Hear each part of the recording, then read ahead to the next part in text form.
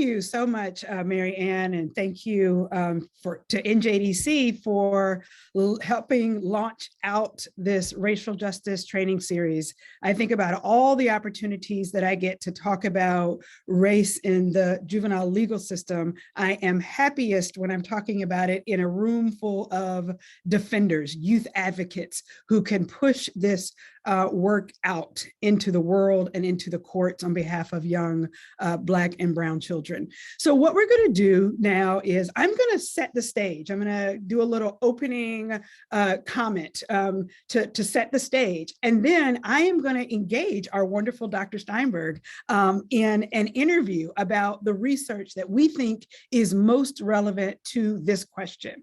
And so to set the stage, I want us as a community to recognize adolescence as a privilege and an opportunity that it is not shared universally by all young people. And isn't it funny? I saw Dr. Steinberg, you just nodded, your book on my shelf here, The Age of Opportunity, but adolescence as a privilege and as an opportunity, that is not equally available to all young people in society. So that's how we want to situate our conversation. And so, and then we're going to talk particularly, especially throughout the interview and in the second part, about what we as defenders can do to make sure that Black and Brown youth are not excluded from or denied that privilege and opportunity of adolescence.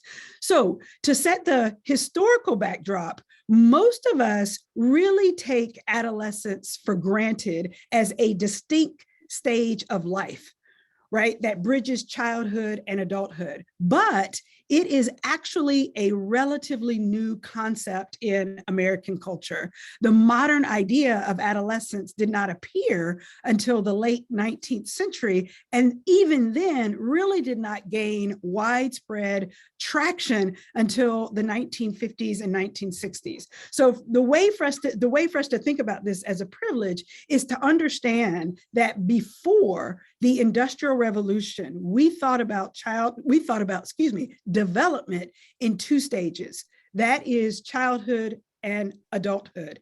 And then with the Industrial Revolution, shifting the nation's economy from farming to a manufacturing community, the role of children also changed. And in particular, the shifts in the workforce created higher paying jobs that required a skilled labor force and advanced education. So in response to that, many parents, especially those in the middle class, encourage their children to stay in school and to develop the skills that they needed to earn and be able to secure these better high-paying jobs. So as a result of the Industrial Revolution, or I should say gradually in the years following the Industrial Revolution, you see an increase in high school enrollment, an increase in college enrollment, and the rise of professional schools. And this created a period of extended social and educational freedom and opportunity. And it was an opportunity that was granted to young people without the requirements that they work. It allowed them to engage in a period of self-discovery. It created more opportunities for fun and leisure. And we know who the first people were to benefit from this period, extended period of adolescence, and that is white middle-class youth.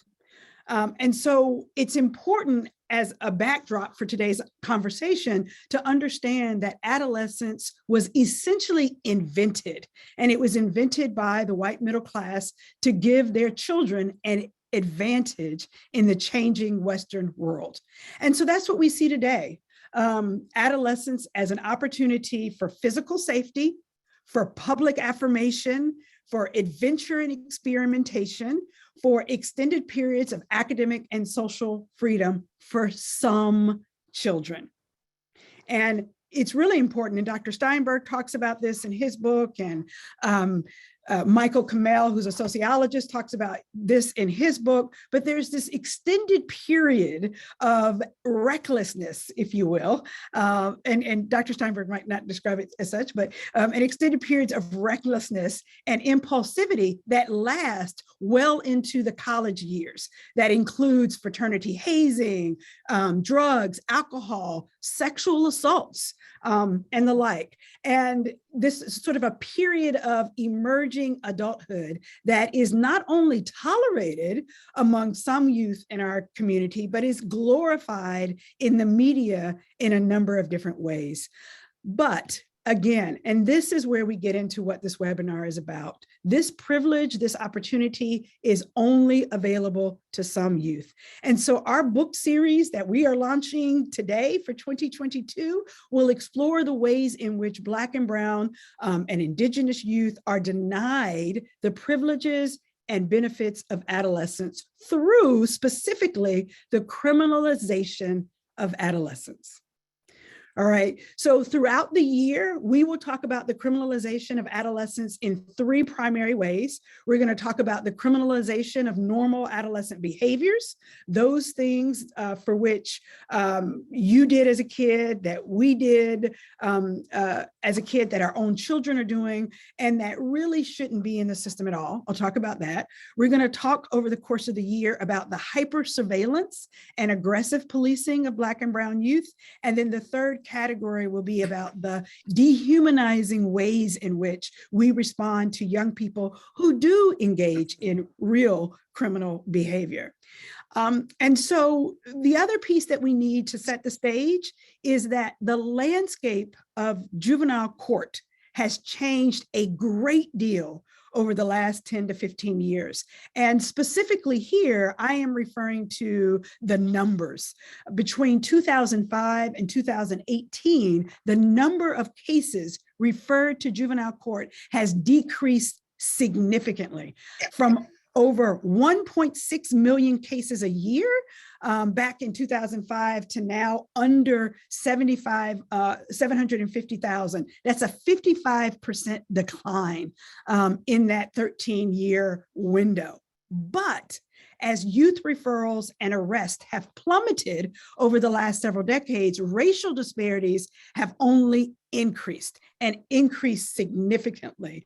And so just to give a couple of examples, in 2018, although Black youth, for example, one of the racial demographics that we'll talk about, but although Black youth made up only 15% of the youth population in the United States, they accounted for 35% of all arrests, 40% of cases in which a child was sent to detention pending trial, 39% of cases formally processed in juvenile court, 51% of youth who were transferred by a judge to adult court. All right, so that's where we are. That's why this conversation is so incredibly important. And to bring us into this conversation about adolescent development, to make themselves feel better. People, judges, legislators, prosecutors, sometimes even defenders and probation officers really want to believe that these racial disparities are caused by or are the result of Black and Brown youth committing more crime than white youth. Right? So that's the answer that so many people want to give, that it is because Black and Brown people commit more youth. But we have a range of research, a range of evidence that flatly contradicts that. First, we have self-report data from the Center for Disease Control's annual youth risk behavior surveillance survey. We have data, self-report data from the University of Michigan's Monitoring the Futures report. And both of those tell us that youth of all races and all ethnicities are involved in the types of risky, irresponsible, and even dangerous behaviors like alcohol, drugs, and fights, and even carrying a weapon to school. Young people of all races report engaging in that kind of activity. And another piece of evidence that we have to contradict this idea that Black and brown children are actually committing more crime is the empirical research. It is empirical research that has specifically looked at the intersection between race and adolescence, and race and socioeconomic status in adolescence, and has really helped us see that young people, again, of all races, are engaged in this type of adolescent behaviors. Yet, despite all this evidence, we still see that Black and brown youth are consistently overrepresented at every stage of the system. And so we have Dr. Steinberg here with us today, and he's going to help us work through that latter part, the research, the empirical research that really helps us understand the intersections between race and adolescence, and how adolescence actually doesn't look that different across races and socioeconomic classes. So Mary Ann, I was going to do a little intro of Dr. Steinberg and how much I have been personally influenced by his writing, in particular, The Age of Opportunity, The Lessons from a New Science of Adolescence, which was his book in 2015, which was really influential for me in understanding nice, plain language approach with stories about young people and how it works, how it all works. So that for me was very influential, in addition to the many 500 articles that we've all read before that book. So we're going to dig into that a lot. And we want to talk about exactly what Mary Ann said, the ways in which this empirical research has reshaped the legal landscape in many ways, in how the Supreme Court and state high courts have understood and recognized adolescence. And so we're going to apply all of that. We want to understand how that research works, what that research says, and how it applies to Black and brown youth. The bottom line is this research shows that because the child's brain, this is what the Supreme Court has done with that research, because the child's brain is not fully formed, young people don't have the same judgment and capacity as adults to assess the risk and the consequences of their actions. The court has found that the children are more susceptible to peer pressure than adults and have little power to escape the harmful environments. And because they are still developing, and this is really what's important, we'll come back to this later, children have greater potential for rehabilitation. So your research, Dr. Steinberg, has been highly influential. And so here's the way I want to start. I would love for you to talk to us about what the research says about the ways in which the key features of adolescence manifest across race and socioeconomic class. So this is just our high-level treetop summary of how adolescence, the key features of adolescence, manifest across race and socioeconomic class. Well, thank you. Thank you for that very generous introduction, Chris. I've been influenced by your thinking as you have by mine. Let's start with the idea that kids are different from adults. Everybody recognizes that. In fact, before the Roper decision, in the previous cases on the juvenile death penalty, Justice Kennedy, who wrote the Roper decision, but in Thompson wrote that decision too, and basically said, as any parent knows, right? He didn't need to look at science to justify the argument that that people who were younger than 16 were different from people who were older. Roper was a really important turning point, in this, because it really was the time that science was introduced into discussion. And you might ask why we need the science to tell us something that any parent knows. And the answer is that when we find scientifically that adolescents are different from adults in important and legally relevant ways, it draws a distinction between what children choose to do versus what they're unable or able to do, right? So if I said to you, look, we know that adolescents are more impulsive and we should take them into account in deciding how to punish them for their bad acts, one response to that might be, well, they're impulsive because they want to be impulsive. But what if the science shows that they're impulsive because their brains are still developing in ways that leave their decision-making and ability to control themselves somewhat immature. That changes the discussion, it changes the language, it changes the narrative. And so I think that there are two broad categories of psychological development that are important for our conversation and have been important for legal discussions of juvenile culpability. The first is self-regulation. And we know that the ability to control our impulses and our feelings and our behavior and our thinking, that just improves very gradually over the course of adolescence. And as you mentioned, it's not done improving until the early 20s. Now, there's some debate among scientists as to where you'd want to draw that upper boundary, but nobody would say that it's complete by age 18. I don't think anybody anymore would say it's complete by age 21.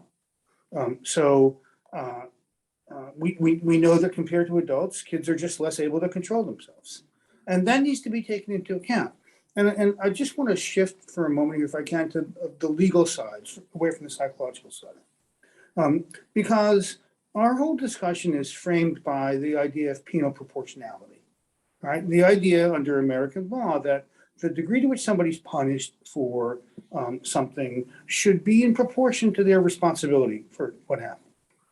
And we know under American criminal law that if you commit a crime impulsively, you're not punished as much as if you premeditate it.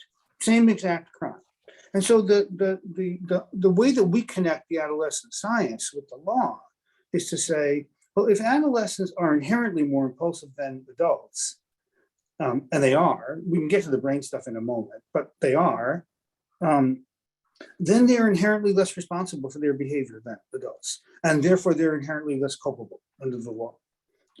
So there's a lot of research that we have showing that various aspects of self-regulation, self-control improve over the course of adolescence. And we have shown this in many studies, most recently in an international study, which I'll talk about. We'll come back to that. That'd be great. Yeah, because I think it's important and Yeah. gets at your question about what the intersection is between race and ethnicity and development.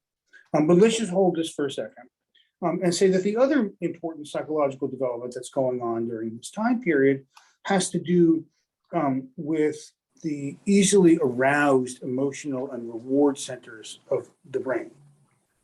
So we now understand that there is an increase in the arousability of these brain regions that takes place after puberty, and that actually scientists have shown is related to the effect of pubertal hormones on the brain. So again, it's not something that people choose. It's because these pubertal hormones affect neurotransmission in the brain, and they make our emotional centers and our reward centers more responsive to stimuli in the environment. We've been interested a lot in the reward aspects of this because when your brain is easily activated by reward or by the potential of a reward, it creates an urge or it creates an impulse. And kids engage in a lot of sensation-seeking behavior, some of it reckless, not all of it, but some of it reckless, some of it criminal, but not all of it. In fact, not even most of it criminal. Right. But if we want to think of that part of the brain as your accelerator and the self-control part of the brain as your braking system, one way that we describe adolescence is that it's a time when the accelerator is pressed down to the floor, but there's not a good braking system in place. And it's that mismatch between this easily aroused accelerator and this still maturing braking system that gets kids into a lot of trouble. Now, we've studied this using questionnaires. We've studied it using tests that people do on computers, like video games. We've had ethnically diverse samples. We've had socioeconomically diverse samples. And we find this mismatch between the accelerator and the braking system in every ethnic group we've ever studied. And in every socioeconomic group we've ever studied. So there's nothing special about kids of color that makes them have stronger reward-seeking behavior or weaker breaks or anything that would explain their criminal behavior in ways that might make us think they're less, they deserve harsher treatment, right? So I think we can safely say, and in the brain research that's been done, and it's let me just say for everybody watching who's not familiar with the science of all this, brain studies are very expensive to do, and you can't do big samples for the most part. And so when we're talking about brain studies, it's often hard to get a sample where you can separate out ethnic groups and compare their brain development. But when that's been done, there isn't any evidence that there's any difference. There any evidence that there's any difference of any magnitude that should make a difference in how we treat young people. So for starters, I think we can say that the developmental description that we've offered of adolescence that helps us understand their risky behavior and their criminal behavior, and that helps us think better about how we should respond, that this evidence applies to kids of all colors. It's not specific to white kids. Now, I agree with your introduction that to the extent that adolescence is an opportunity for some people, that opportunity is more likely to be given to white kids. And I think it's probably even safer to say it's more likely to be given to affluent kids.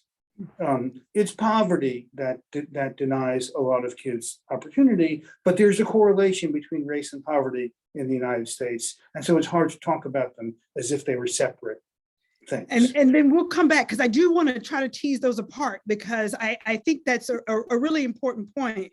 And so maybe we should go right there, because I just think that's so important, that one of the ways in which we in other spheres, separate from this conversation about adolescent development, separate out race and poverty, is the ways in which our implicit biases work, right? To compromise or distort, I think is the better word, our perceptions. And so if we think about adolescent development and all the key features, and I'm gonna do something that I know sometimes psychologists get pushed back on, which is, as a lawyer, I want to break it down into my triplet or my 5 words. And so when I talk about adolescence, summarizing everything you just said, I often talk about adolescence as being impulsive, reactive, sensation seekers, risk takers.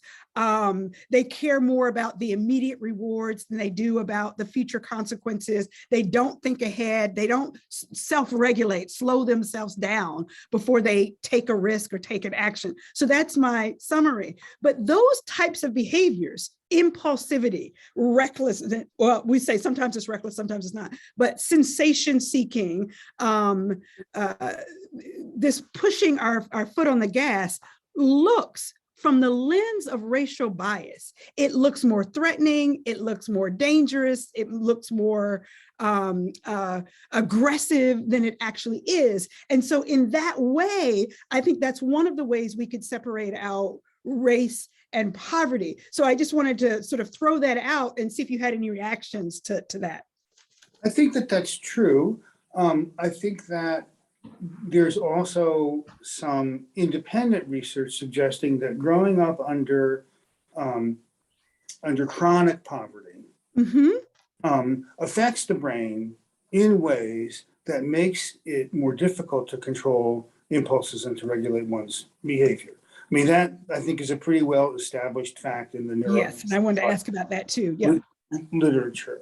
But yes, I mean, when we are looking at each other's behavior, we're always interpreting it in some way. We're always interpreting it in some context, right? So if I describe to you some kids who are out and being rowdy, right, and then I tell you, it's these white kids from the suburbs who are doing this, you might think, oh, well, they're just out having a good time. That's what kids do, right? I mean, when you see the pictures of and I use this sometimes when I lecture on this topic. If you see the pictures of kids flooding the beaches in Florida during spring break, with their beers in hand and they're crowded, and they were doing it when we told them not to because of COVID, Right. right? They were doing it anyway. That's right. But they're typically white college kids who have enough money to go to Florida for vacation. It doesn't make us afraid. That's right. But if I describe a group of kids who were drinking and they were in a poor area of Philadelphia and they were Black, now all of a sudden you may be getting afraid of them because of the way that you associate rowdy behavior. The way you interpret it is going to be different depending upon the people who are being rowdy. Absolutely. And yeah. Yeah. So no, I think that's perfect as we think about the intersection between race and adolescence. We're definitely going to talk about the poverty question, but it is really separating that out and the ways in which implicit bias impacts the ways in which we perceive and distort those things that you have just described as normative adolescent behaviors. And just for the audience, we will put in the chat for you our annotated bibliography on the research on implicit racial bias. But it talks about you used a perfect example, Dr. Steinberg, of seeing children in groups, in large groups. So there's implicit bias research showing that we perceive groups of Black youth as more dangerous than groups of white youth. We see research showing that people tend to perceive Black youth to be older, stronger, heavier, more physically buff. And so when you add that to what adolescents are doing, being impulsive, being rowdy, risk-taking, sensation-seeking, all of that looks more dangerous than it actually is. So that was very, very helpful. Because we're on the poverty question, I was going to go save that for, we're deep in, Dr. Steinberg, into the nuances already. We'll come back out, but I think it's really important to tease these apart. So I do want to say a word about, or hear from you about the question about poverty, and the way I frame I want to frame the question, if you will, is around environmental context.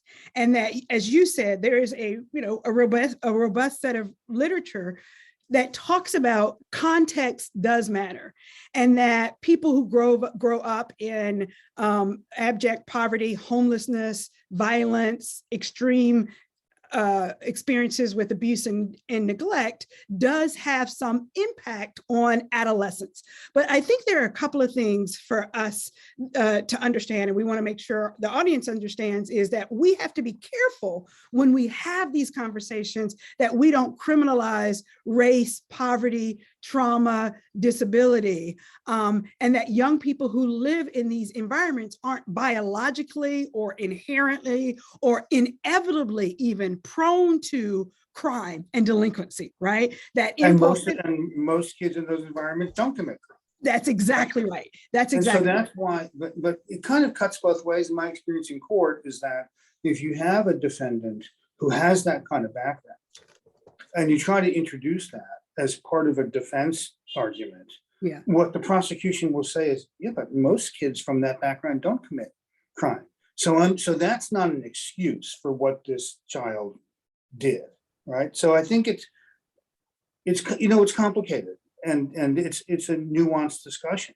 And what I have found as a challenge, and this doesn't have to do with race, is that the same factors that I think should diminish somebody's culpability, like the fact that they're very impulsive, makes them, in the eyes of many, scarier and more dangerous. Right. I mean, the person you don't want walking around your neighborhood is a 13-year-old with a gun, because 13-year-olds have trouble controlling their impulses. And so how do you, I don't want to turn around the questioner and interviewee role here, but I mean, how do you, as a lawyer, how do you deal with that? Well, part of it, and the reason why I wanted to drive home that young people in these environments, one, aren't biologically or inherently and inevitably prone to crime, is because with the right protective factors, Right. That's where I wanted to go with this, right? So that looks like family support, mentors, educational opportunities, vocational opportunities, even like violence interrupters, incredible messengers who can work with that young people. They are still resilient. And so maybe that's where we go, is that when we are faced with those situations and we have those cases, it's not enough to say, hey, this child is just, is acting out of adolescent behaviors and acting out of extreme poverty and abuse, but that we have a program. So this is about us as defenders coming up with a comprehensive and appropriate intervention, but reminding them that they're still children. Right? And that they're still amenable to rehabilitation, which is exactly what your research and other research has shown, that this is the time in life where young people are malleable. And so these positive interventions during adolescence are most helpful and not the negative ones. So, so when I titled my book Age of Opportunity, I meant it in two ways: that it's an opportunity for a young person to explore themselves, to explore the world, to become who they are going to become. But it's also an opportunity for us as a society, because people that age are still developing, and they're still malleable, and they're still able to be influenced by the environment. And I think that we have lost sight of that in the punitive way that we respond to kids who commit crime. I mean, that wasn't the intention of the juvenile justice system when it was founded. It was to craft an intervention that was going to help straighten somebody's life out. It wasn't to try to punish them, to teach them right from wrong. But we've moved toward that. And if you have somebody that, for whatever reasons, their age, their social background, their family's income level, the quality of the schooling that they've received, for whatever reasons, has broken the law, the answer isn't to sort of punish them, to say, there, you won't do it again, because you haven't done anything to fix or to address the underlying contributors to the criminal behavior. And if you don't do that, I don't see how you can possibly expect a kid not to return to that pattern of behavior. I mean, that's the right. So you know what? I'm going to be very honest, transparent with the audience. So this is what has happened. We got into this conversation and we went to the back end really, really quickly, because the conversation that Dr. Steinberg and I are having is really about the serious offenders. So we got into guns pretty rapidly. We got into other types of violent behaviors, and I really want to roll us backwards. All right. Yeah. We'll come back there. All right. But we really have to roll backwards because, and we talked about, Dr. Steinberg and I talked about this before we got on the phone, that there's a whole layer of adolescent behaviors that really shouldn't even be treated as criminal at all. All right. And that's the heart of what we want to talk about. And then we'll circle back to some of the more serious offenses. But I really want to go back to your point, which was just so critical for this conversation, which is, you said there is nothing in the research, no evidence in the research that suggests that Black and brown children develop differently, are any more impulsive, any more reckless, any more less able to regulate their behaviors than any other kid. Yet we're more likely to see Black and brown kids. So let's talk about this. This is really what I want to do. I think we could talk about first those as I said at the start, when we talk about the criminalization of adolescence, we're talking at one level, the criminalization of those normal adolescent behaviors that so many children, I was about to say all, but there are those outliers, but that most children have done, experimented with drugs or alcohol and the like. And so my list, I think of examples of those sort of low-level, low-hanging adolescent behaviors that, to be quite frank, shouldn't even be in juvenile court, include disorderly conduct, such as being loud, as you described, vandalism, joyriding, drugs and alcohol, fighting with other kids, defying authority figures in ways that looks like an aggressive threat. So I'm a defense counsel. I'm pretty radical about that. And the reason why I'm so radical, it's not even that radical. I hope many people who are listening would agree with me that these behaviors are don't require legal intervention for a number of reasons, one of which is desistance. But I wanted, before we talk about desistance, I wanted to hear from you. Are there other examples of these types of behaviors, adolescent behaviors, that really are just so normative, so common as to really be almost normal? You talk in your book, Age of Opportunity, about this uptick and the peak in sort of delinquent behaviors during the adolescent years. So how do the key features help us understand why it is that we may not even need to intervene in a legal way? And also, too, if you will, Dr. Steinberg, are there other examples beyond the ones that I've given? Well, I think you've listed the main ones. I would put fighting in there. I don't know whether that was on your list or not, but the CDC survey that you mentioned before shows a very large proportion of kids, get into fights. I mean, it's not the majority, but it's quite common. And marijuana possession or alcohol possession, disorderly conduct, shoplifting, vandalism. Now, I think we can have a discussion. I want to take this in two different ways. Let me just say that we can have a discussion about whether we should do nothing about those things. And I think a lot of people would be uncomfortable about that. They might be comfortable with it when we were talking about something like kids being rowdy on a Saturday night, but they wouldn't be comfortable with it if we talked about kids burglarizing, a house or stealing something. And maybe they wouldn't be comfortable with it. And I don't think they should be comfortable with it if we're talking about drug possession. We don't want kids to use drugs. Right. We don't want to. Now, right. whether we need to treat that in the justice system, is a different issue. Let me just say, because I don't know if you know about the study we've been doing here, but we've been doing a study in Philly and Santa Ana, California, and New Orleans, in which we're kind of looking at the effects of doing nothing when kids do these kinds of things. And so in all three of these locations, they have diversion programs where kids don't get formally processed through the court, where they're basically given, it's almost like probation without the intensive supervision, but they're basically given a certain period of time to stay out of trouble. And if they stay out of trouble for that period of time, it's all forgotten and it's erased.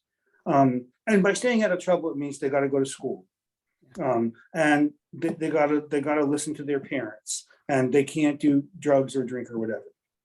And what we've done is we've been able to find kids in each locale who've committed the very same offense. Some who get processed in court, and others who get this kind of diversion instead. And we've been tracking them over time to see. Because one of them is essentially, it's not quite doing nothing, but it's almost nothing.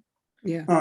And those kids are less likely to be, arrested in the future. The ones who are diverted, they do better in school, and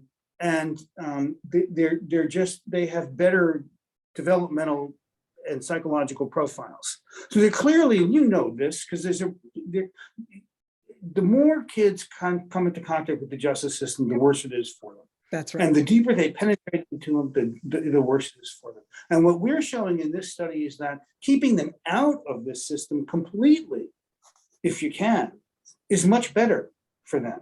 And of course, the way we sell it when we present it is, it's also so much cheaper than processing them in court. And so it's good for the taxpayers, and it doesn't pose a safety risk from our data, at least. So the kids do risky things. We've just shown it. If we bring them into the lab and we test them on risk-taking tests, and we compare them with people of other ages, they take more risks on those video games. We have driving games. We can measure how risky their driving is, whether they're more risky than children or adults are.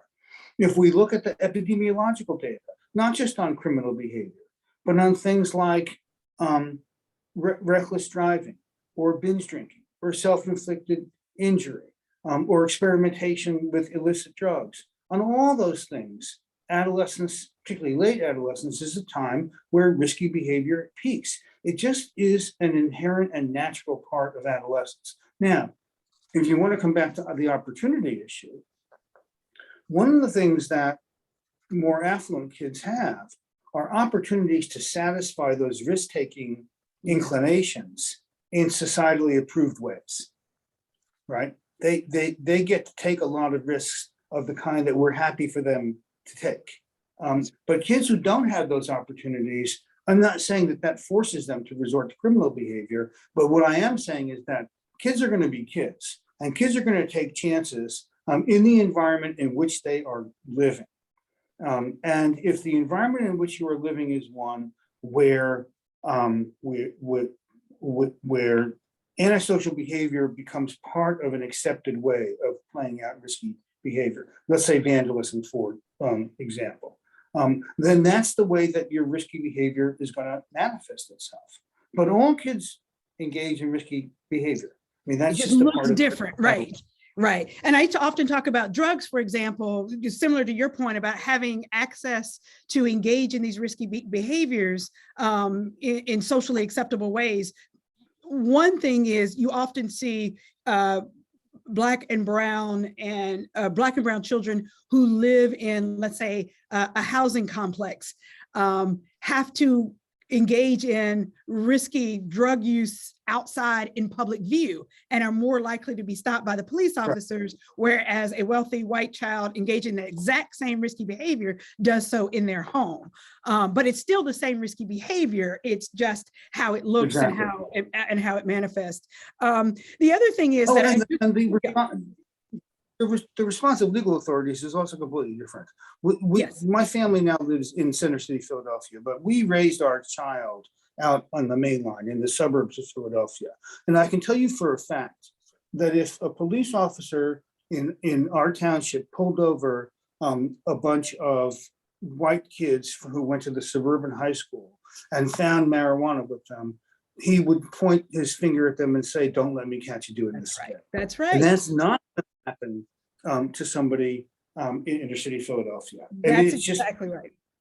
That's exactly. So there's two things I want to pick up on from what you said. One, this is just more of a comment and not a question, and the second is a question. The one about, I'm glad to see you doing research on diversion. I assume that in Philadelphia and the other cities you referenced, there are Black and brown children who are involved in and successful in these diversion programs as well. Is that true? Sure, and in our matching, when we have the diverted versus the formally processed group, we make sure that they're ethnically the same. So, yeah. That's great. So you're seeing that the success of those types of alternatives, the diversion cuts across the racial groups. That's great. And then the other point that I want to make is more for the audience, which of course, and it's also for you a little bit as well, to the extent that you, in your role with your research, can educate police officers and other stakeholders at the front end before they ever get to diversion. So we don't even have to have diversion, so that indeed, exactly as you described, somebody walks past and says, you should not be doing that, instead of arresting them. And so the question that I have for you, I've heard you, at least I'm pretty sure you said, and I think it's in your book, where we talk about sometimes, and actually you just said it, really, you alluded to it, this notion that our interventions during adolescence can sometimes actually be more harmful than helpful. And so I think I probably overplayed my hand as a defender in saying do nothing. When I say do nothing, I mean do nothing through the legal system. Of course, we want parents, mentors, teachers to intervene and redirect young people. But when I say do nothing, certainly do nothing in the legal system. And you have talked about even today that sometimes court involvement, the touch of a police officer, the touch of the court system does more harm than good. Can you say just a word or two more about that? Sure, because the way our legal system is set up is mainly to sort of punish people. I mean, that is sort of the orientation of it. It's not set up to rehabilitate people. It's not set up really to help people who've broken the law. At least that's my perception Right. of it. And so the way that you're treated when you come into that system is going to affect you for the worse, not for the better. The better. Now, we could, in theory, devise a system, a child welfare system, let's say, or a social service system that responded to kids who had, addiction, or responded to kids that were truant, or responded to kids that were getting into fights, that didn't criminalize their behavior, but didn't ignore it either. I mean, I think that's what we need to figure. That's what we need to figure out. So to your question, we always educate the communities that open themselves up for us to do our research with our findings. I mean, we spend a lot of time doing that. And I give talks to groups of defenders and judges, and every once in a while prosecutors, not as often as I'd like to. But we spent a lot of time when we were running the MacArthur Project. We spent a lot of time doing dissemination work, and a lot of the work that we do is with journalists, actually, because to make these systemic changes that we've been talking about, you have to change the public's view of things. It's not enough to just go after lawmakers and other people in politics. I mean, you've got to get the public to be on board, because you can just imagine if the Washington Post runs a story saying that the police in Washington don't care anymore if kids are vandalizing property, that's not going to go over very well with the people reading the paper in Washington. So we have to educate the public and not just each other about this. That's right. I love that point. And that's a really important thread for those who are listening for the whole year of our racial justice series, that we will talk about individual advocacy in our cases, but that we have to be thinking about systemic reform and how to use this research to shift the narrative, as you just said, Dr. Steinberg, I think is really important about what we should be doing with young people. And so the next thing related falls naturally from that is to go back to this idea of what does it mean to do nothing. But here, I just want to have you say a word on desistance and this notion of desistance. And so just as you said, and we talked about a moment ago, that there is a peak in adolescence and even late adolescence with delinquent behavior. But I think I use this word often, I think I got it from you, which is that the delinquent behavior also declines precipitously, meaning very, very rapidly also on the back end of that. And so that there's some level of natural desistance as young people age, become adults. And so in very much the way you've talked about the other research on, impulsivity and self-regulatory behaviors, is it also fair to say that there is no research suggesting that Black and Brown youth are inherently or developmentally any less likely to desist naturally from that delinquent behavior as they age? Is that also true? No, and I would say we have a lot of evidence that in fact that the desistance patterns look quite similar. I mean, there's a thing in social science called the age crime curve, which is if you take data, it's easy for anybody in the audience to access this. If you go to the FBI website and you look at their crime statistics, and you were to graph the rate of arrest by chronological age, and it doesn't matter which year you pick, that's what's amazing about this. You always get an upside down U-shaped pattern, right? So crime increases, it peaks at around 18, 19, 20. It might vary a little bit from year to year. You see this pattern for violent crime and non-violent crime, and then it starts to decline. And it really declines precipitously after age 25 or so. But I don't know of any data that would say that curve is only true of white people and not people from other racial or ethnic groups. But what's fascinating about it to me as a developmentalist is that you don't have to do anything to make people desist. In fact, the less you do, the more likely they are to desist. But there's also something important here to remember, which is that as long as kids stay in impulsive and sensation seeking, which they do, I mean, that's there at age 20 and 21 as well. They are going to do these things, right? And so when I hear people complain about reoffending, and a huge proportion of kids reoffend within a short period of time, well, they reoffend within a short period of time because within a short period of time, they're still kids. Right. So why would That's you right. expect them to behave any differently? You know, if they're risk-taking and impulsively inclined when they're 17, yes, they're going to be that way when they're 18 too. So if you punish them for 8 months and then let them out, you haven't changed them in ways that gets rid of the characteristics that made them engage in the risky behavior to begin with. You know, the kids who are drinking and experimenting with alcohol when they're in high school or binge drinking when they're in college. I mean, they're still doing the same things. And so, so I think what I've argued is that it's unrealistic to measure the effectiveness of an intervention using short-term recidivism. It just is, it's going to make everything look like it fails. Because if you haven't changed the person, they still have the same factors that make them at risk for being risky. And so you really want to ask other kinds of questions about, if you're in the audience listening and you're asking, well, how do I know if the program in my community is working or not? I would say the thing you don't want to do is just look at short-term recidivism rates, because it's going to make it look like it's not working. You want to look at things like school attendance, and you want to look at the types of reoffending, because if you got a kid who had been doing serious violent crime and now he's rearrested, but it's for a probation violation, that's going to count as recidivism.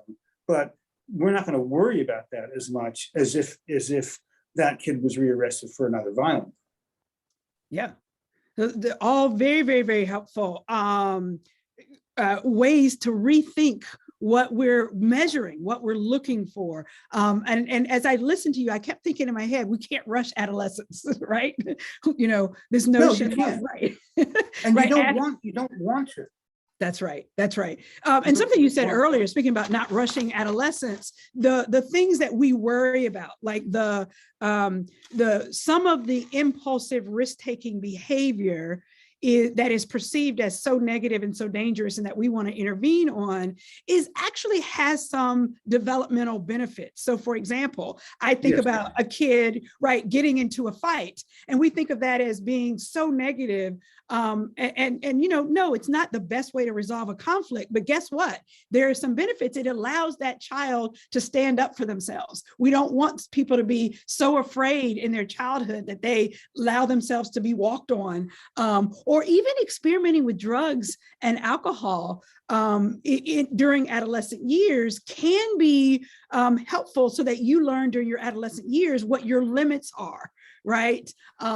Things of that nature. So I don't know. Well, yeah, but I would add to that. I mean, not to be too academic about this, but adolescence exists. Yes, it was socially invented, as you said in your introduction, but puberty isn't a social invention. Puberty is there, and puberty occurs in all mammals.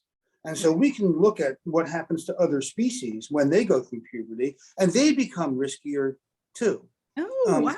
And that's been very well documented, and there's a reason for it. The reason for it is that the juvenile period, which is what we use to describe this period in humans and non-humans, the juvenile period is the time when individuals leave their families and venture out into the wild to start becoming autonomous, independent adults, and to find and mate with other animals. Now, if you think about this, and let's say you're a little animal, because you're still a juvenile, but it's time to leave, you're now going out into a world where you're going to have to compete with bigger and stronger and smarter animals. And so in order to do that, you're going to have something inside you that's going to make you be willing to take risks. And so we think that it was an evolutionary advantage to make adolescence a time when people are willing to take risks, because it allowed the survival of the species by getting people away from their families so that they didn't inbreed. Right. Now, it's a long way from that observation to what we're talking about today, but not really. Right. I can Because see it says that risk-taking is a functional behavior during adolescence. It's really, can we provide opportunities for kids to take risks in ways that are going to benefit their personal development and benefit their community? And there are ways to do that. When I think about it, I mean, if you're a kid in a high school and you get up and you audition for the lead in your school play, you're taking a huge risk. Right. Right. If you go out for your school's baseball team and you don't know whether you're going to make it or not, you're taking a risk. Now, those are risky behaviors, but we're happy to see our kids. You wouldn't want, if you're a parent, you wouldn't want your child to never take any risks. That's right. So and I have a former student of mine did her whole dissertation on positive risk taking. That's because great. there's a lot of positive risk taking that takes place during adolescence. I and love so that. The answer to dealing with this is not to say, let's get kids to not take risks. First of all, that's a fight against evolution, and you're not going to win that fight. The second is that there's a lot of positive risk taking that goes on out there, and we want kids to be able to engage in that. And this ties back to the harmful effects of court interventions in these moments, because you talk about all those positive risks. Nobody's in the school play at the detention facility. I don't know, right? You're not doing even baseball. I mean, there's so little sports and recreation and positive social engagement in a facility. You're complicating, exacerbating negative risk taking instead of redirecting and the like. So that's really important. And you're not providing opportunities. Adolescents need certain experiences and opportunities to be able to grow up healthy. Right. And when you're locking somebody up, they're not getting those opportunities. So you are preventing them from developing in normal ways. And again, just to make, I'm sorry. Yeah. No, go ahead. Yeah. So just to make sure we keep coming back to race, I mean, and just think about, like, these are the reason why we want to surface this, even at this developmental level, is that if we're disproportionately sending Black and brown children to detention, like, this is what we're saying. It's more than just a legal disparity. It's a developmental disparity, right? It has an enormous impact on their future and their prospects. And so sharing all of this is really important. One of the things I do want you to say before we talk about serious crime, I do want you were going to say a word about your international studies, and we can put those in the chat. So, because I didn't realize until recent, you have I knew of two international studies demonstrating the ways in which children, I put it this way: adolescence looks like adolescence all over the world, not just in the United States. And I think that's really compelling research. And now you've added the other species. I didn't even know that was out there. Yeah. But can you say a word about your international study? Sure. So we took the study that we had done in America in 5 different locations in the United States. Washington was one of them, Philly was one of them, and some out west. But an ethnically and socioeconomically diverse sample. And we took that same study and we implemented it in 11 different countries, including another US sample. But some of those countries were in Europe and Africa and the Middle East and South America and Asia. So a very, very diverse set of countries, different cultures, different economies, different visions of what adolescence is. And we used the same test battery translated into the native language to measure things like impulsivity and sensation seeking and future orientation and susceptibility to peer pressure, all the things we had measured in the US sample. And guess what? It looks the same all over. The same all over. And in a kind of uncanny way, So one of the findings of our research that I think you're familiar with, but the audience might not be, is that adolescents mature intellectually before they mature emotionally. And so kids have the cognitive abilities of adults by the time they're 16. And that's true in all ethnic groups, and it's true across the board. They don't have the emotional capacities of adults until they're in their early 20s. And so there's this, so if you, because I face this all the time, if you look at a kid who's doing something stupid, but who is getting A's in high school, and you say, I don't understand how you can do this stupid thing with your friends, it's not because they're not smart, it's because they don't have the self-control. Right. And so what we call this is the maturity gap. It's the gap between cognitive and emotional maturity. And the maturity gap that we found in America exists all over the world. And that says that there's something inherent about adolescence, which again goes back to your point or your question about, is there any reason to think that these findings about adolescence don't apply to kids of color? No, there's no reason to think that. And, the same pattern that we found in Thailand, is what we found in Jordan, is what we found in Colombia, is what we found in Sweden. So there's something about adolescence, we think, the adolescent brain, that explains these patterns of behavior, and that suggests that there aren't going to be racial differences. I mean, if there aren't differences between the way kids look in the United States and the way they look, in Colombia, two countries that are very, very different from each other, then there really aren't differences between American kids from different ethnic groups. And this is great. It's just it's so great, helpful context and research. So I have, I want to get us back to serious crimes. I want to hit two areas within serious crime. One of which is reflected actually in one of the questions that we got in the chat is a question that I'm not surprised that we're getting, about adolescence potentially being an aggravating factor in the minds of judges and prosecutors. But let's start even before that, which is I really want to situate this notion of what we mean by serious crime, and how serious crime can still be very much the product of this normal adolescent behaviors that we're talking about, right? And so I'm thinking, in particular about those behaviors that have very serious outcomes, sometimes even deadly outcomes, but that started as or originate out of what we understand to be these key features of adolescence, the impulsivity, the peer influence. And so we as a country, and this gets really at the heart of the race question, we as a country seem to be able to recognize adolescence even in the face of deadly and serious outcomes in certain circumstances, but not with Black and brown kids. And so just to give a couple of examples by way of anecdote for nothing else, one is thinking about the 18-year-old girl in Washington State who pushed her friend off the bridge, 60-foot bridge. And her friend, basically she's out there, they're standing at the top of the bridge.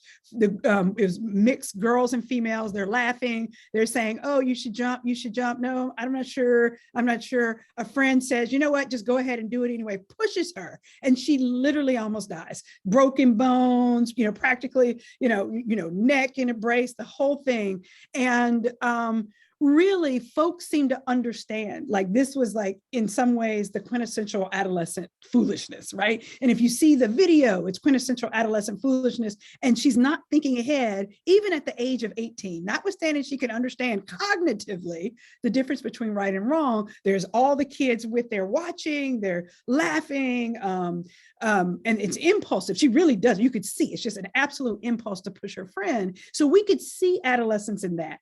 We also, and this is more controversial, but real, a lot of people were able to see the adolescence in Kyle Rittenhouse's behavior. And Kyle Rittenhouse ended up killing 2 people and severely wounding another. But he's a 17-year-old boy, quintessential adolescent, just impulse, foolishness, to be quite frank, crossing state lines to go with a group of friends to protect businesses, minimal experience with a weapon, had just gotten a hunting license, minimal experience, not thinking ahead to the consequences. But he meets up with this friend who gives him a gun that he's purchased for him, and they're walking through the street in front of officers visibly with their guns, and then he finds himself in a situation, putting race and politics aside, where he ends up taking this life and severely injuring another person. So he's impulsive, he's risk-taking, not thinking ahead, heavy peer influence, all of these things. And his mother, himself, and his lawyer wanted the world to see him as an adolescent and to judge him accordingly. And indeed, he was found not guilty, whereas a Tamir Rice shot dead in less than 3 seconds, having a toy gun.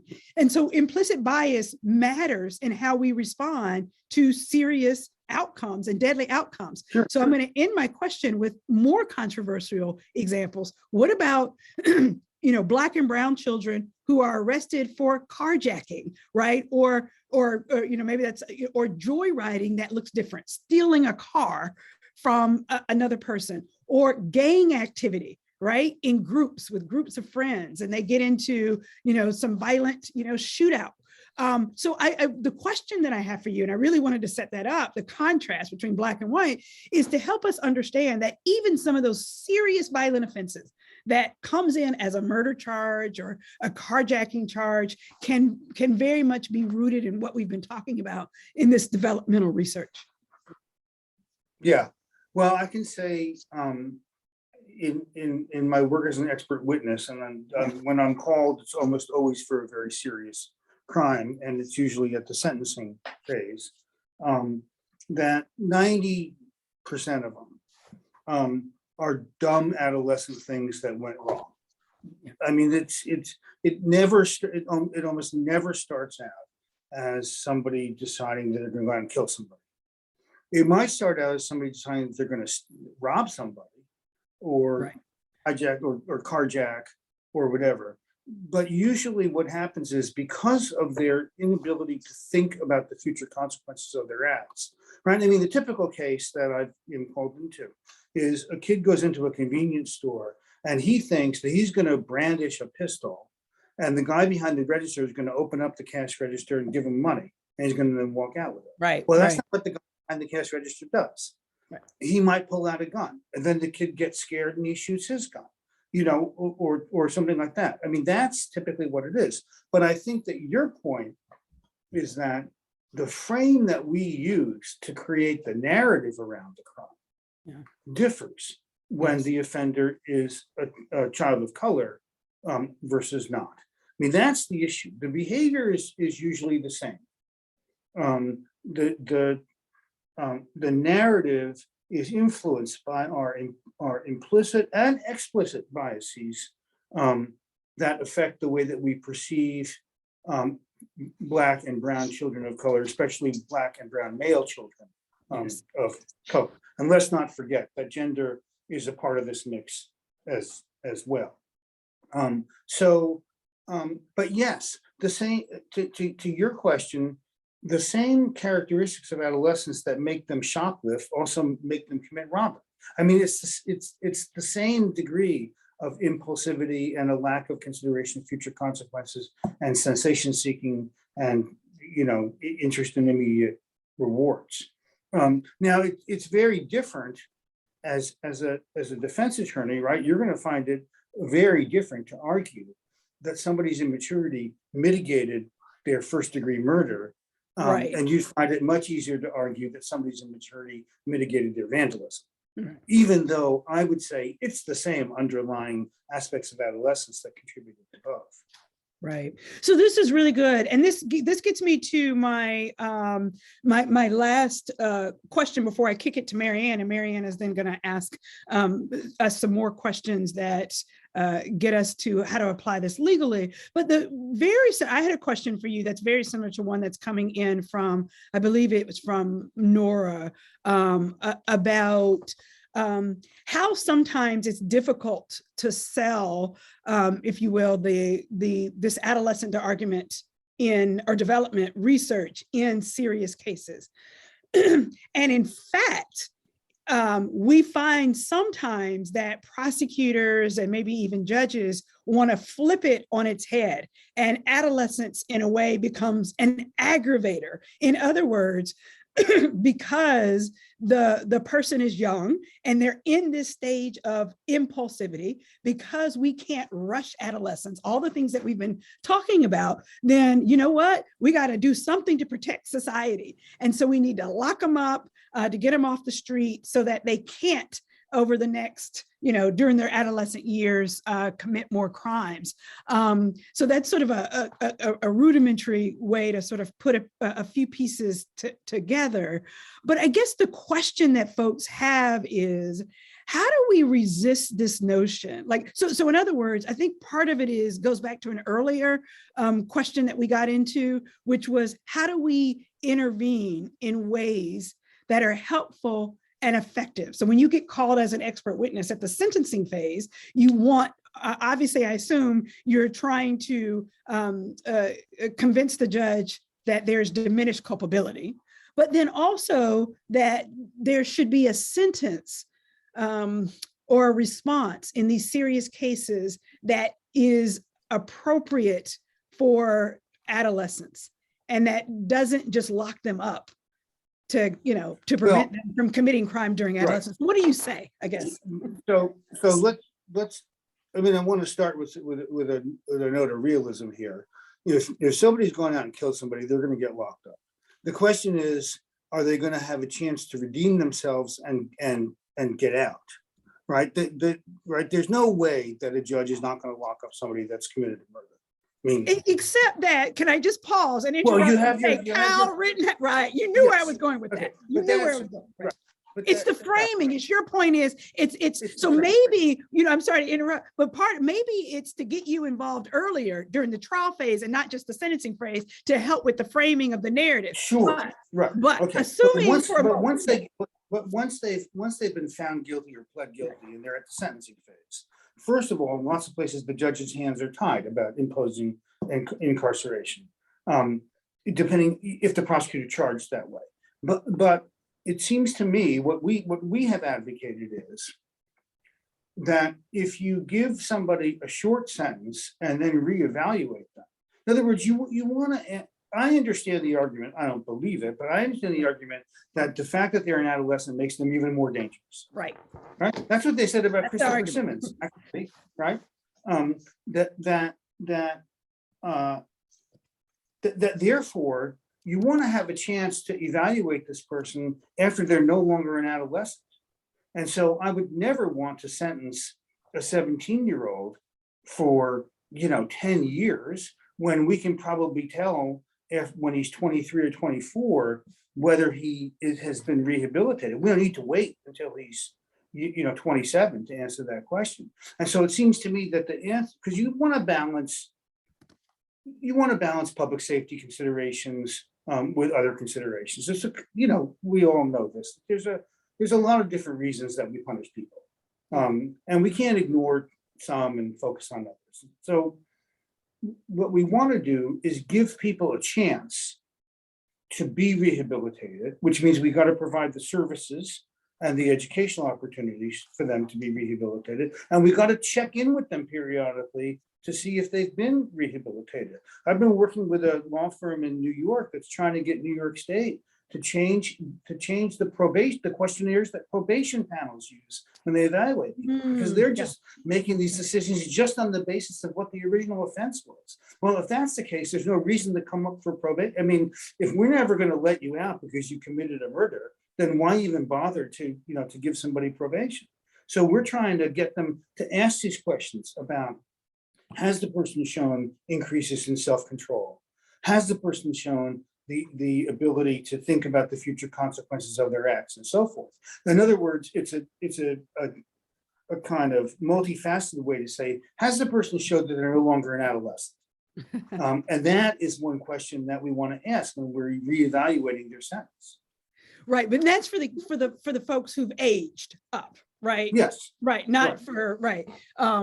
Right. So part of that is later at the resentencing and the revisiting of very long sentences. But I also think defenders are worried about, what do I do at that initial sentencing? What do I do at that initial hearing? And I hear you to say it is developing a rehabilitative program that addresses, that provides requisite services, that provides check-in, that creates opportunities for them to exercise self-control and reflect on it. The other thing is, before we shift, I want to put in a little plug for the new work that Beth Kaufman is doing at UC Irvine. Okay. So Beth is a collaborator, a former student of mine, and she has developed in Orange County, California, a youth court that is dealing with juveniles and young adults that provides wraparound services instead of sentences for kids that have been convicted of crimes. And that appears to be working. In other words, the intense delivery of education and mental health and drug counseling and social services instead of incarceration. Absolutely, even for serious offenders. And that's exactly where I was going actually next, which was, and we really are wrapping up this part so that Marian can come in and engage us even more with some of your questions from the audience. So please put them in the Q&A as you wish.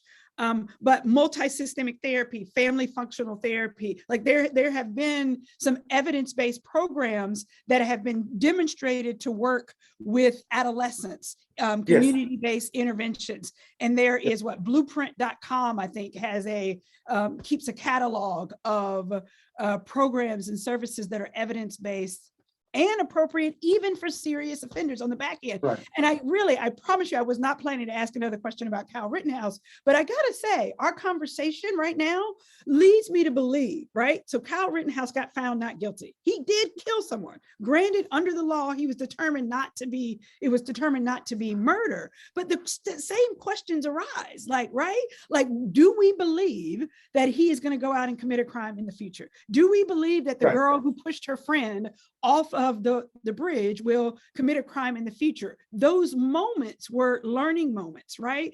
It makes me think, if we would give Black and brown children, an opportunity to return to the community, that they too, even after a serious crime, may not reoffend, right? And we know people, all of us on this call have represented young people, who don't recidivate, who do something, make a really bad mistake. But you know very well that there's not just an implicit bias against Black children of color.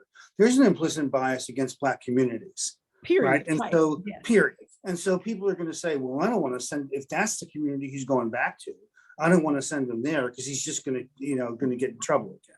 Right. I mean, that's the assumption. That's a really good point. That's a really good point. Oh, that's a really good, an additional point.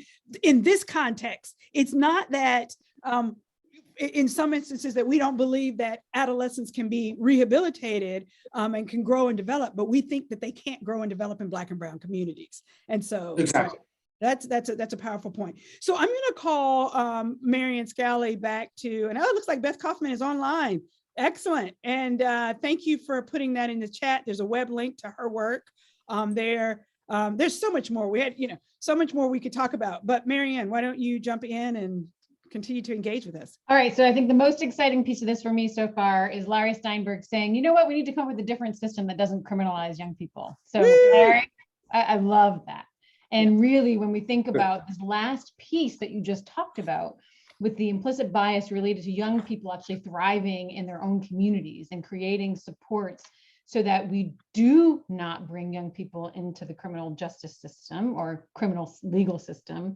What are the ways in which we as advocates, both on the front lines and in policy reform, can begin to transform a young person's experience, a young person's of color's experience, as society responds to their behavior?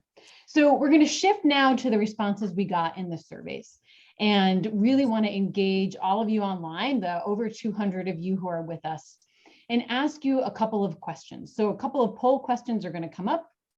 We're going to ask you to select all that apply. And we're going to ask two questions that we got responses to in the survey. So the first question is going to be about what people are seeing in their own communities. So compared to white youth where you are, Young people of color are, and please select all that apply, more likely to be arrested, less likely to be diverted. So these programs Dr. Steinberg was talking about, this research he's doing on diversion, we see happening less frequently with young people of color. More likely to be charged with assault for home disputes, domestic violence we see coming in more. More likely to receive probation violations for what we know Dr. Steinberg just talked about is normal adolescent behavior and risk-taking. More likely to be transferred, charged with more aggressive sexual conduct, offered worse plea deals, disciplined more harshly at school, sentenced more harshly in court, and ordered to comply with more conditions of probation. What are you seeing where you are? So Amy's going to let us see how this poll comes out and share with us the results. And this is really to contextualize this discussion. So how are young people experiencing the legal system's response to their behavior, and specifically young people of color? So let's look at these responses. 99% say young people of color are more likely to be arrested. 87% say they are more likely to be harshly disciplined at school. We also see that 77% are sentenced more harshly. 72% are more likely to be charged with domestic violence related. 72% say they're less likely to be diverted. So everything that you two have been talking about, and I just want to highlight another high number, 74% say young people of color are more likely to be transferred or direct filed to adult court. So this underscores how important this conversation is for all of us and the work that we have to do as youth defenders to really use both adolescence and racial justice to advocate on behalf of young people of color who face the legal system. In the survey, we heard from a number of people in our community who are already using this research. They're using implicit racial bias research. Dr. Steinberg, they're using all of your research on adolescence. And so the first question we want to ask is, what research do you both believe is most effective to present to resistant decision makers? We got a lot of responses about resistant judges, resistant prosecutors, as we use both the implicit racial bias, policing as trauma research, as well as developmental research. So Chris, I'm going to turn to you first. What research do you think has been most effective? And what I'll do is I'll focus on, the research that I think has been most successful on the implicit racial bias side and trauma-related side. So here's the deal. I think any of the research on race that we can use that does not label an actor per se as racist themselves. So judges and prosecutors don't want to be called racist. So if whatever body of research that I've got that really sort of takes the onus off of the actor is the best set of research. So for example, those of you who have attended trainings with us on about the policing as trauma or the traumatic effects of policing in communities of color, we have found that research to be pretty well received because it's not pointing the finger at anyone. Basically, that research says that that Black and brown children who've grown up in a country where violence, police behavior, and of course you frame it, delicately, but that police contact, even police presence in Black and brown communities is a source of trauma for many adolescents. And so we will put in the chat the annotated bibliography, which we update regularly on the research on the traumatic effects of policing. That has been successful in a number of different ways, most successful in the Fourth Amendment context, successful in the Fifth Amendment context. So for example, those of you who've been on trainings with us know that in the Fourth Amendment context, race and trauma, including the traumatic effects of policing on communities of color, has a significant impact on whether a Black or brown youth believes that they have been seized by the police. It also is relevant to explain why a Black or brown child would run from the presence of a police and that's not an indication of consciousness of guilt, but is instead an indication of fear. And so I wanted to start there because I want us to think about approaching race in our jurisdictions and using the research on race in our jurisdictions as low-hanging fruit. Start easy, right? Start with what you can, what works, which is not going to alienate your judges, and then gradually increase your conversation about race in other areas. I will say, again, on the toolkit, there are a number of cases that have successfully litigated race around the Fourth and the Fifth Amendment. And so Reba is putting in the chat that link. I want to say second, so my first set of research is research that does not attack an individual officer. The second set of research that I think is useful and relevant, and we've had some success around, is this implicit bias research that Dr. Steinberg and I talked about, and that we have seen some success in the eroding away of the justifications or the factors that police officers routinely enumerate in their statements or in their argument that for reasonable articulable suspicion or probable cause. So all the things Dr. Steinberg and I were talking about, implicit racial bias showing that Black children look older, look more threatening, look dangerous when they're in groups, has a significant impact at the intersection of adolescent behaviors and how those adolescent behaviors get interpreted. That's, I think, an area, Marianne, that I think is successful for us. I'll stop there, just offering up two examples, but we have more in our toolkit. And so just to underscore that, Reba put the address to Defend Racial Justice in the chat. So please, if you haven't signed up, these resources that Chris is mentioning are all available there. So Dr. Steinberg, same question. What research do you think is most helpful for skeptical decision makers? It depends a lot on the particulars of the case. In cases where there's a peer group involved, and especially in felony murder cases where there was a group of kids involved, and we were talking about this before the webinar started, that we know of cases where you have a group of kids involved, and maybe your client is the getaway driver or the lookout, but not somebody that committed the shooting. But your client is looking at the same possible sentence as the shooter is. That helping the court understand what we understand about peer influence on kids, and especially some of the research showing that peer influence is often implicit, not explicit. And so kids do things to go along with what their peers want them to do without their peers necessarily encouraging them out loud.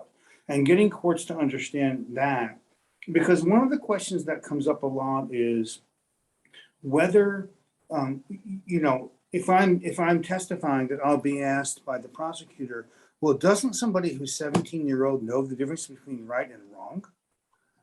And I'll say that, yes, but that's not what we're discussing here. That's not the point. The point is that they might know, they surely do know, but they may not be able to control their behavior in a way that's consistent with their knowledge of right versus wrong. And so let's look at the factors that might influence their ability to control their behavior. The second type of research that's been useful is brain science. I wish it wasn't as useful as it is, because I think the psychological evidence is quite compelling. And after all, the law is not about our brains, it's about our behavior and our mental state. But one MRI is worth 1,000 words. And if you can show research showing that the adolescent brain acts in a way that's different from the adult brain, you may be able to persuade somebody. Right. I have to say that to me, in my experience, and this is limited compared to what all you defenders do, so much of it matters. So much of the sentencing depends on the judge and the judge's orientation toward kids, and not on the research. I've never had a judge say that he didn't believe or she didn't believe the research. I have had them say that they don't care about the research. And so the issue really is having a judge who cares about the research, because if you have one who thinks, I don't care, somebody that's committed a crime that serious, is going to get the hammer brought down on them. And some scientist isn't going to convince me otherwise, then it doesn't matter what research you present. So I think it's really compelling what you said earlier about public safety, and how what we see is that we're actually increasing public safety when we do less. And just thinking about how decision makers who may not care about the developmental research may care about desistance. And so I want to ask a couple of follow-up questions that we got in the chat. So one is for you, Chris. So related to this question, and is the question about whether or not we should aim for defenses related to the ability to form intent versus using defenses around diminished capacity. And of course, it's from Nicole McGrath, who says, of course, I prefer to focus on intent, because intent really is more about development, versus diminished capacity is more about the fact that, there's nothing there. So Chris, as a lawyer, what's your perspective on which of those do you think is more effective? So it's really interesting. I think I'm going to give my often answer of both and, depending on the factual circumstances and where, one, knowing your audience, knowing where sort of the case law in your jurisdiction helps you the most, gives you the most flexibility in making the best argument. Certainly, I mean, I'm sure, we know that, but I do agree with this question around intent. And I wonder, maybe we should even ask Dr. Steinberg, but I think about, when I think about intent, the problem, of course, is I'm not getting way too legalistic, but so many offenses are general intent offenses. And so it's hard to sometimes win that. However, I think about general intent. This is just intent, for example, in a threats context, right? And thinking about the ways in which adolescent, impulsive, aggressive speech is just that. There's no intent to really to convey threat or convey harm in quite the way that we envision intent. Here's another example. And again, I'm curious whether these are helpful at all, but one of the stories that I tell in the book is about my 16-year-old female Black girl client who grabbed her boyfriend's cell phone and began walking away from him, scrolling through the text messages to see whether or not he was texting with some other girl. She got arrested and charged with robbery, a serious offense for the FBI. And that is absolutely a ridiculous notion of intent, right? There's no sort of adolescent intent in quite the same way. So although robbery is this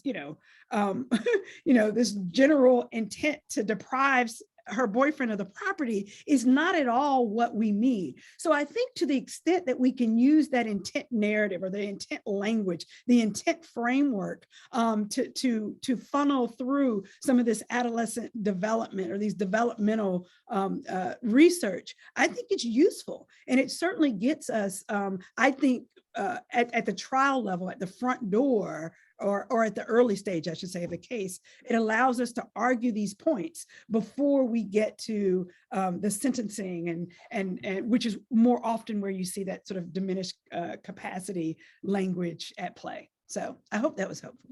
Thanks, Chris. I think it was very helpful. Dr. Steinberg, do you want to weigh in on that, the use of the development? Yeah. I think there are two issues that I often confront. One is what I would call the reasonable adolescent standard rather than the reasonable adult standard, because when the reasonable adult standard is applied to somebody who's not an adult, it doesn't work very well. I've had some cases where, at issue was, this person could have foreseen this series of events unfolding, right? I had one case where a 16-year-old girl got into a fight with another girl and hit her, and the girl who was hit dropped dead. Now, she dropped dead because she had an unknown, undiagnosed heart condition, and her death was triggered by the fight. And I said, when I testified, I said, how could this 16-year-old, how could anybody, much less a 16-year-old, anticipate that punching somebody in the stomach is going to kill them? I mean, this kid has probably witnessed dozens of fights in her lifetime and nobody ever died from it. And we won on appeal, but the initial decision was that, this was manslaughter, that she should have known. So I presented a reasonable adolescent argument there. The other issue that comes up a lot, and I think this goes in part to what Kristin was talking about, is this issue of what premeditation is when it's an adolescent who's engaging in it, right? And lots of times adolescents, they make plans, but they're such stupid plans that you couldn't possibly call them premeditated, right? I mean, but yet, because if there's any element of planning, I had one case recently where the kid was in an abusive family. His parents really, physically abused this kid as well as emotionally, and he murdered his parents. That wasn't in dispute. But 3 days before he murdered his parents, he had just had a bad experience with them, and he said to a kid at school, "I really could kill my mother and father." Now, how many kids have said that about their parents at one time or another? Well, the prosecution used that to argue that it was a premeditated murder. And so I think this question of persuading somebody that the meaning of premeditation is quite different in the mind of an adolescent and the mind of an adult, that you can't apply the same standard. So Dr. Steinberg, I'm going to ask you a follow-up question that could be a 3-hour discussion. We have a question about what's the effect of trauma on brain development, but it relates to the example that you just gave. I'm just going to ask you to try to keep it as brief as possible so we can get to a few more questions from the audience, because I know this is incredibly complicated, both developmentally, but also in our defense work. Well, I guess two things briefly. One is that we know there's most of the research on trauma and brain development has looked at trauma during the early years of life. Now, most adolescents who are exposed to trauma have been exposed to trauma for longer than adolescents. And so it's always hard to know which is the trauma that is the responsible trauma. But we know that it does affect brain development in ways that makes people have less mature impulse control. And so it could be a factor. The other issue is that an adolescent who's in a traumatic living situation, like an abusive family, may not know how to extricate herself from that. And so lots of times, I think somebody looking at it would say, well, why didn't she just tell the police that her parents were beating her? Or why didn't she tell her guidance counselor or something? Well, remember, this is a child. The child doesn't know what to do when something like this is happening. And so I think adolescence is relevant both to the way the brain has developed and as to the way that the child has lived with the trauma without trying to get away from it. Great. And we'll talk more about the impacts of trauma in the Policing as Trauma chapter in the Rage of Innocence discussion. It's such an important aspect and context for so many of the young people that we work with. So we will talk more about it in the later conversations that we have. I want to move to the next question. This is one that we received in the survey, and this again is for both of you. How can we use the developmental and the racial justice research to possibly combat this new growing narrative about increases in youth crime, and specifically carjacking? Again, we'll start with Professor Henning. Yeah, I mean, maybe my my initial responses will be sort of some of the sociological responses, and which is that a couple of things in thinking about what our narrative is in response to this. One is a reminder.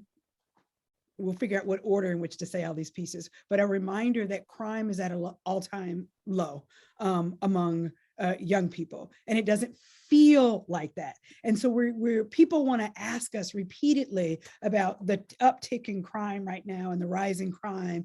And one of the things we have to do is to get folks to whoa, stop, think that one, we just cannot as a society have a knee-jerk response either to one or two high-profile incidences or to a temporary uptick in crime. We saw what we did back in the 1990s when there was an uptick in crime, and then there was this pseudo-scientific super predator myth. And it was in the wake of that myth and in the wake of that temporary uptick in crime that we changed statutes all across the country to make it easier to try children as adults. And those laws are still on the books. So when we think about structural racism and what's funneling Black and brown children into the system, we have to remember that. So that's one thing. It may not, you have to figure out where you're going to say that. That's more of a systemic response, a sociological response. And that to remember that crime really, really, really is at an all-time, low. And that we sometimes as a society feel unsafe because we see an increase in crime, and in particular, an increase in crime of a particular type. So there might be one area that's growing. Right now, it's carjacking, and in some cities, there are some shootings. But by and large, all other crimes that we're afraid of, robberies, burglaries, assaults, all those things are way down for young people. So I think that's a really important frame. The third frame is some of this context, right? That we've been talking about, that we are in sort of the ending phase, I hope, of this pandemic, and that our young people, we just talked about trauma, are living with an extraordinary amount of trauma. And that we as a society, I think I saw this in one of the chats, somebody put this in the chat, if we would respond to folks in a trauma-informed way, we can reduce crime. And that criminalizing every single thing that we've just talked about still applies. Criminalizing young people in response to these behaviors is more harmful than helpful. Incarcerating them is more harmful than helpful. And then more than anything, it's this importance of us recognizing the blurring of the lines between victims and offender, right? And so that indeed the person whose car was stolen unequivocally, is a victim, but that young person is also a victim. And so how do we as a society respond to victims and not let the racial narrative, right? The implicit racial biases color both the narrative of what happened and the responses to it, right? So it is not true that Black children have run amok again or ever before in the 1990 super predator. They didn't run amok then, and they aren't now. Great, thank you so much, Chris. And just to underscore the conversation Chris and Dr. Steinberg had earlier, that really talked about how the research shows that behavior is consistent and the same across race and ethnicity and socioeconomic status. Because part of the question was also about, I've used the research, I've been using it for a long time. How do I make it seem a little bit different now? And with that, I'll punt over to Dr. Steinberg. Well, emphasize everything that Chris said, but I think in addition to that, even if there had been an uptick in crime, it still shouldn't change how we respond to it. In other words, right. The reason this is a problem is that people say, oh, because crime is rising, we need to get tougher, right? But there's no evidence that getting tougher reduces crime. I mean, that's the problem. And so when people look at what was going on during the 90s, they didn't understand that in fact crime was going down before the Get Tough policies were implemented. The Get Tough policies didn't make the crime rate go down. And in fact, as we know, the more contact kids have with the justice system, the more likely they are to commit crime, not the less. And so to me, it's important. It's important to ask, why do you want to know, why should the crime statistics affect how you're going to look at this particular defendant? This person isn't a statistic, this is a person.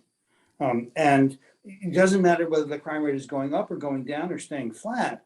the way that we respond to this person ought to be in a way that's going to have a rehabilitative effect. It's great. Beautiful. I love that. I love that. I think that's a beautiful statement for us to use really across the board. So there is no evidence that getting tougher reduces crime. The more contact young people have with the justice system, the more likely they are to commit crime. And that we have to help remind courts that this young person in front of us is not a data statistic, and that the less the system is involved, I'm going to say what you said earlier, the safer we all are. So, okay. I wish we had time for more audience questions, but we want to get to barriers. So for the last piece of this, all of the survey respondents before the seminar talked a lot about the barriers to introducing research, both developmental research and research that lifts up racial justice and really underscores racial injustice. So we're going to ask a couple of poll questions. And the answers to this poll question are based on the responses that we got to the initial survey. So it's really asking, what do you experience in your jurisdiction as a barrier? And so please, again, select all that apply. That judges get mad when you suggest that there's racially inequitable treatment of young people. That judges and or prosecutors think data and research doesn't apply because they don't think that they're biased. That racial justice arguments are less important than the seriousness of the charge that's brought. The judges and other court actors are predominantly white, so they don't have shared lived experience with young clients of color. Or I'm just not comfortable using racial justice research and arguments yet. So please select all that apply. Amy's going to show us the responses, and we'll dig in a little further after that.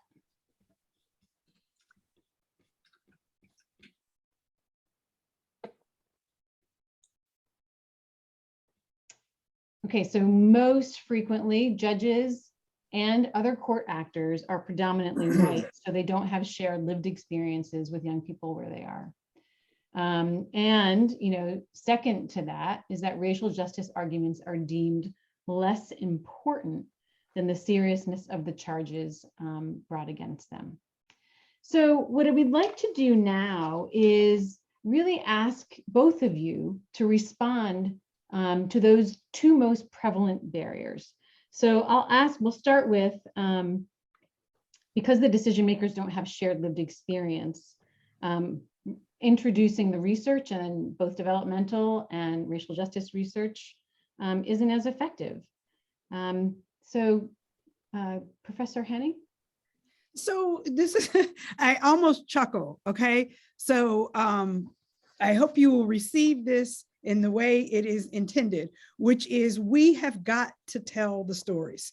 And so I think, honestly, so I wrote The Rage of Innocence, How America Criminalizes Black Youth, precisely to tell the stories. So this notion of lived experience, you're absolutely right. So many of the fact finders whom we appear in front of do not understand what it's like to be a Black or brown child growing up, particularly in urban centers. So it's figuring out how to tell these stories, right?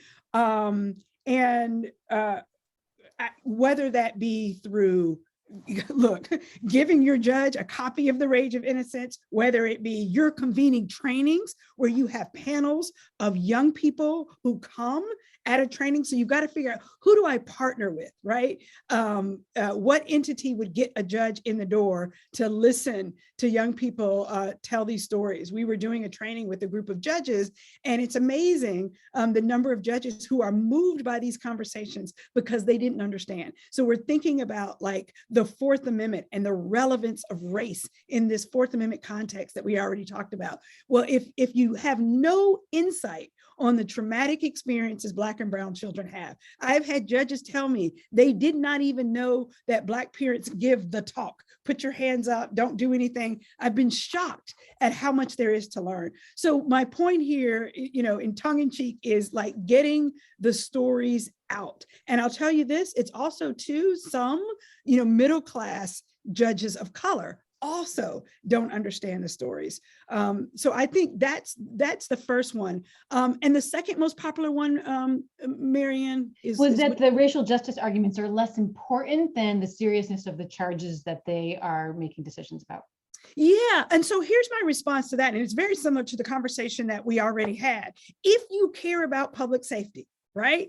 If you care about rehabilitating that young person, even if you care about restoring the victim to whole, and so that they can walk through their neighborhood and not be afraid of being victimized, then we have to do what works, not, you know, what's politically saleable, right? And so that's the whole point that, you know, Dr. Steinberg was talking about. Just because there is a serious deadly outcome does not mean that we then turn to a law and order strategy that's ineffective, right? And so I think that is the message. Your Honor, I understand that the victim has been hurt. I understand that this has tragic outcomes.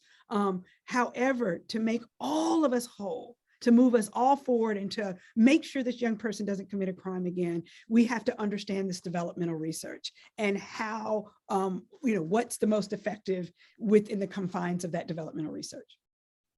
Beautiful. I hope everybody got all that Professor Henning just laid out for how we use this research in both of those scenarios. Dr. Steinberg, would you mind also adding to that? I think both of these barriers relate a lot to what you've talked about. Yeah, and I think that I have the same answer for both of the questions, really. The most common question that I'm asked in cross-examination is, how do you know that the research applies to this person? Right? I mean, sometimes they'll say, well, this person is a poor Black kid from this city in Florida. Were any of your studies done on poor Black kids in this city in Florida? And if I say no, they say, well, how do you know it applies to this person? So I think you have to persuade the fact finders that, or the people making sentencing decisions, that the research is broadly applicable. Because I think there's a tendency for people to dehumanize kids who've committed serious crimes, especially if they're children of color.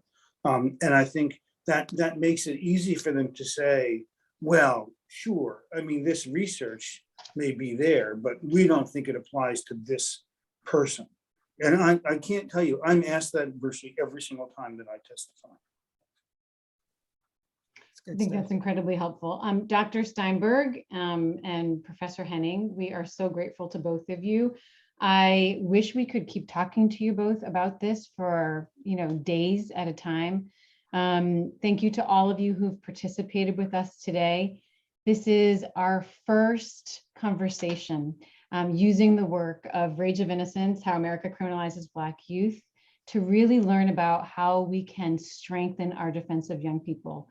Dr. Steinberg, your work continues to help us advance our defenses. We're so excited to hear about this new piece that one of your students is working on that you mentioned earlier. And I'm wondering if you could help us get access to that. You said there was a dissertation that one of your students I will send you her contact information. Okay, that's wonderful. That's wonderful. Yeah. And I'm sure there's a million other follow-up questions. I hope all of you will join us for our conversation as it relates to chapter 2. We are so excited to send out that notice and invitation to all of you. It's going to focus on the criminalization of Black adolescent play. We're going to have additional conversations about the narratives, the data, the research, the history, and how we can all work together to strengthen youth defense. This was our first racial justice training series as the Galt Center, Defenders of Youth Rights. We are so excited to be working with all of you to advance and grow youth defense throughout this year in partnership with Kristin Henning and her team at Georgetown. Thank you so much to all of you for being with us today. in all that you Thank do. you. Thanks, everybody.